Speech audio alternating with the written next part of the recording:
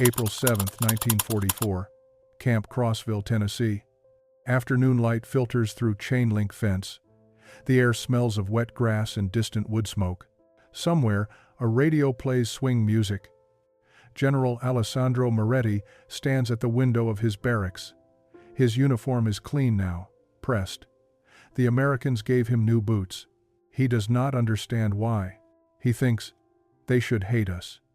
We invaded their allies. We killed their soldiers. They should hate us. But they do not. The guard who brings his meals is polite. He says, "Good morning, sir," as if Maretti still commands divisions, as if the war did not strip him of everything but rank. Maretti does not trust it. He has been a prisoner for 7 months, captured in Sicily when the 10th Army collapsed, when Mussolini fell, when Italy fractured, and the dream of empire turned to ash. He expected interrogation, torture, perhaps. The Americans are soft, yes, but war hardens all men eventually. Instead, they gave him cigarettes, hot meals, a bed with clean sheets. He thinks, this is strategy. They are softening me, preparing me for something. But for what? The door opens. A young American lieutenant steps inside. His uniform is crisp. His face is clean-shaven. He looks like he has never missed a meal in his life. "General Maretti," the lieutenant says. His Italian is textbook perfect, but lifeless. "You have been selected for a cultural excursion. Please, come with me." Maretti does not move. "Excursion?" "Yes, sir. We're taking you into town." "Why?" The lieutenant smiles. It is the smile of someone who has been told to smile. "You'll see." They ride in the back of a truck. Maretti sits with 5 other Italian officers. None of them speak. Through the canvas flap, Maretti glimpses houses, yards, children playing. No rubble, no craters, no burned-out buildings. He thinks, they have not been bombed. Not once. The war is an ocean away for these people. It does not touch them. It does not reach inside their homes and pull out their sons and burn their cities. They read about it in newspapers. They see it in newsreels, but they do not live it. He thinks, how can you fight a nation that does not suffer? The truck stops. They are herded out politely, always politely, and led through a gate. Maretti looks up. A stadium. Small, wooden. The stands are packed with people. Thousands of them. Men in shirt sleeves, women in summer dresses, children waving pennants, and they are cheering. The lieutenant gestures toward a row of seats near the field. "Sit here, please." Maretti sits. He does not understand what he is seeing. A man in a white uniform stands on a raised mound of dirt. He winds his arm back and throws a ball. Another man swings a wooden bat. The crack of wood against leather echoes across the field. The crowd roars. Maretti looks at the lieutenant. "What is this?" "Baseball," the lieutenant says. "America's pastime." "Pastime," Maretti repeats. The word feels strange in his mouth. The game unfolds in a language Maretti does not speak. Strikes, balls, innings. The Americans around him shout and cheer as if the outcome matters. As if this small contest holds any weight against the machinery of war grinding through Europe, but they do not see the war. Maretti watches a boy, perhaps 10 years old, sitting 2 rows ahead. The boy eats from a paper bag, peanuts. He cracks the shells and tosses them on the ground. His hands are clean, his face is round. He has never known hunger. Maretti thinks, in Italy, children his age dig through rubble for scraps. They eat moldy bread. They watch their mothers weep over empty cupboards. And this boy eats peanuts at a game. A vendor walks through the stands. He carries a metal box strapped to his chest. "Hot dogs," he shouts. "Get your hot dogs here." The lieutenant leans over. "Would you like one, General?" Maretti does not answer. He watches families hand the vendor coins, small, casual transactions, and receive food wrapped in paper. Sausages on soft white bread, mustard, relish. No ration cards, no lines, no inspections, just abundance. The boy in front of him bites into a hot dog. Ketchup drips onto his shirt. His mother laughs and wipes it away with a napkin. Maretti feels something crack inside his chest. He thinks, In Rome, the bakeries are empty. In Naples, children sell their shoes for a cup of flour. In Sicily, men eat grass because there is nothing else. And here, they throw food away. He sees it. A man 3 rows down finishes half a hot dog and tosses the rest into a bin, discards it, as if it means nothing. Maretti's hands clench into fists. The lieutenant notices. "Is something wrong, General?" Maretti does not answer. He cannot. The words are lodged in his throat like stones. A woman sitting beside him offers popcorn. She smiles. "Would you like some?" Maretti takes a handful. It is warm. It tastes like nothing he has eaten in 2 years. She says, "Isn't this exciting? My husband used to play in high school. He's in the Pacific now. Marines. I haven't seen him in a year." Her smile falters for a moment. "But he writes." He says they're doing fine. She believes this. She believes her husband is fine because he tells her so. She does not see the mud, the blood, the way men scream when shrapnel tears through them. She eats popcorn and watches baseball. And Maretti realizes, this is how America fights wars. From a distance. With one hand on a rifle and the other on a bag of peanuts. Halfway through the game, the crowd stands. Music plays over crackling speakers. A woman's voice sings, "Take me out to the ball game, take me out with the crowd."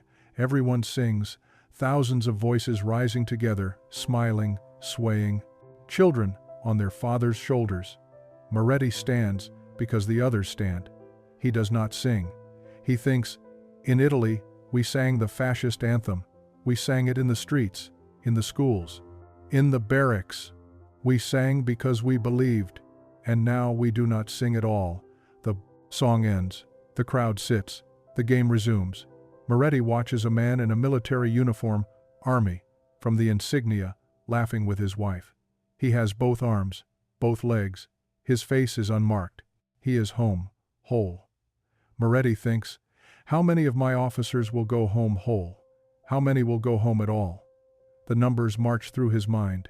The divisions lost in North Africa. The regiments shattered in Sicily. The boys who climbed into trucks singing and came back in crates. If they came back at all, the game ends. The home team wins. The crowd erupts. Confetti falls. A brass band plays. Families stream toward the exits, laughing, chattering, planning dinner. Maretti sits. He does not move. The lieutenant approaches. "Did you enjoy the game, General?" Maretti looks at him. He thinks, what is there to say? That I watched 10,000 people celebrate a game while my country starves? That I saw children eat more in 3 hours than my soldiers ate in a week? He says, yes, thank you. They are loaded back into the truck. Maretti sits in silence as the vehicle rumbles through town. He watches through the canvas flap, houses with lights on. No blackout curtains, no fear of bombers overhead. A grocery store with a sign, open late. Shelves visible through the window, full, overflowing. A gas station, cars lined up, no rations, no restrictions. A movie theater, families buying tickets. Maretti thinks, Germany is burning, Italy is starving, and America is going to the movies. Back at the camp, he lies on his bunk. The other officers whisper among themselves, but Maretti does not join them. He thinks, we were told America was weak, decadent, that their soldiers were soft, that their people had no stomach for war. We were lied to. He thinks, they are not weak, they are simply untouched. The war does not live in their streets, it does not sleep in their beds, it does not steal their food or burn their cities. It is something they do, not something they are. And because of that, they will win. 2 weeks later, Maretti and the other officers are taken on another excursion. This time, it is not a game. It is a factory. They are driven to a sprawling complex on the outskirts of Knoxville. Smokestacks rise into the sky. The air smells of oil and hot metal. The sound of machinery is constant grinding, hammering, stamping. A factory manager greets them. He is middle-aged, balding, with grease stains on his shirt. He shakes Maretti's hand as if they are colleagues. Welcome, General. Thought you might like to see how we're keeping our boys supplied." Maretti says nothing. They are led through the facility, past assembly lines where women operate presses and welders. They wear coveralls. Their hair is tied back. Their hands are steady. Maretti watches one woman rivet a panel onto the fuselage of an aircraft wing. She works quickly, efficiently. The man beside her marks the completed section with chalk and moves it to the next station. The manager says, "We're running 3 shifts, 24 hours a day, producing about 60 aircraft a week. Fighters mostly. Some bombers. 60 aircraft a week." Maretti's mind calculates Italy's entire aviation industry produced fewer than 1,000 aircraft in all of 1943. Total. He thinks, we lost this war before it started. They are shown the logistics floor. Rows of crates stacked to the ceiling. Labels, ammunition, rations, medical supplies, fuel drums. The manager says, "This is just one depot. We've got dozens like it across the country. Everything gets shipped overseas, Europe, Pacific, wherever it's needed." Maretti asks, "How do you transport it all?" The manager grins. "Trucks, trains, ships. We've got more Liberty ships coming off the line every week. 17 a day, at peak production. 17 ships, a day." Maretti feels the weight of it, the sheer scale. He thinks, we were fighting with sticks while they built mountains. That night, Maretti sits in the barracks. He writes in a small notebook he was allowed to keep. Not a letter, just thoughts. Calculations. American industrial output 1943. Aircraft 85,000 tanks, 29,000 trucks, 800,000 Liberty ships, 2,700. He compares it to Italy's figures, the ones he knows. Italian industrial output 1943. Aircraft 967 tanks, 336 trucks, 11,000 ships, 23. He underlines the numbers. He stares at them. He thinks, we sent boys to fight gods. He remembers a conversation. Years ago, 1940, Rome. A grand hall filled with officers in pressed uniforms. Mussolini at the podium, voice booming. "Italy will rise. We will reclaim the Mediterranean. We will restore the glory of Rome." Applause. Cheers. Maretti among them, believing, hoping. But the numbers did not lie. Even then, the numbers were against them. Germany had steel. Italy had pride. America had everything. The next morning, the lieutenant visits Maretti's barracks. He carries a clipboard. He sits across from him at the small table. "General, we'd like to ask you a few questions. For intelligence purposes. You're not required to answer, but it would be appreciated." Maretti nods. "Ask." The lieutenant flips through his papers. "When did you first suspect Italy could not win the war?" Maretti does not hesitate. 1941. After Greece. Greece. We invaded with 10 divisions. We expected victory in 2 weeks. It took 6 months. And we only succeeded because Germany intervened. He pauses. That is when I knew. If we cannot defeat Greece alone, how can we defeat Britain, France, America? The lieutenant writes. And yet you continued to fight. Yes. Why? Maretti looks at him. He thinks, because I was a soldier, because I was ordered, because I believed we could still salvage something from the collapse.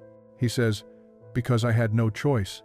The lieutenant asks more questions, about supply lines, about morale, about communications. Maretti answers honestly, there is no reason to lie anymore. Finally, the lieutenant asks, what changed your mind? About the war, about Italy's chances. Maretti thinks. He considers the battles, the defeats, the retreats, the endless grind of logistics that never added up. But the answer is simpler than that. He says, I went to a baseball game. The lieutenant pauses. I'm sorry? You took me to a baseball game, in Tennessee. Maretti's voice is quiet. 10,000 people, cheering, eating, laughing, as if there was no war at all. He looks at the lieutenant. That is when I understood. America fights this war the way I would play chess. With one hand, casually, without sacrifice. He continues, Italy fights with everything, our food, our fuel, our sons, and still, we lose. The lieutenant does not write this down, he simply nods. 3 days later, Maretti is given paper and a pen. The Americans allow prisoners to write home, censored of course. But still, he sits at a small table in the barracks. He writes in Italian, slow, careful strokes. My dearest Maria, I am well. The Americans treat us fairly, better than we deserve perhaps. He pauses. The pen hovers over the page. I attended a baseball game today. I do not know if you have heard of this sport. It is a game, just a game. But 10,000 people came to watch it. They cheered, they ate, they laughed. I cannot describe what I felt. Perhaps shame, perhaps despair. Italy is starving, Maria. Our cities are rubble, our soldiers are ghosts. And America. America is playing baseball. He stops writing. He stares at the words. He thinks, what is the point of sending this? She will not understand. No one will understand unless they see it. He crosses out the last paragraph. He writes instead, I miss you. I will come home when this is over. I do not know when that will be. With all my love, Alessandro. He folds the letter. He hands it to the guard. The guard says, Thank you, sir. I'll make sure it gets out. Maretti nods. One evening, another Italian, Officer Colonel Bonetti, sits beside him. Bonetti is older. Gray hair, hollow cheeks. He fought in Ethiopia, in Libya, in Sicily. He says, You have been quiet, Alessandro. Maretti nods. Bonetti says, What are you thinking? Maretti looks at him. I am thinking that we were fools. Bonetti does not argue. He simply nods. Yes, we were. They sit in silence. Finally, Bonetti says, But we were magnificent fools. Maretti almost laughs. Almost. Does that make it better? No, Bonetti says, but it makes it bearable. In May, the prisoners are shown a newsreel. Standard propaganda. But Maretti watches anyway. Footage of D-Day. The Normandy landings. Thousands of ships, tens of thousands of soldiers, a wall of steel and fire crashing into Fortress Europe. The narrator's voice is triumphant. Allied forces have secured the beachhead. The liberation of Europe has begun. Maretti watches the screen. He sees the ships, the planes, the endless columns of trucks and tanks rolling inland. He thinks, This is what I saw at the factory. This is what I saw at the baseball game. This is what I tried to tell Rome 3 years ago. They did not listen. After the newsreel, the prisoners are dismissed. Maretti walks back to his barracks. The sun is setting. The air is warm. Somewhere, a bird sings. He thinks, the war is over, not officially, but in every way that matters, it is over. Germany will fall. Italy is already broken. Japan will follow. And America will go back to playing baseball. September of 1945, Maretti boards a Liberty ship in Norfolk, Virginia. Destination, Naples. The ship is crowded with repatriated prisoners, Italian, German, a few Romanian. They do not speak much.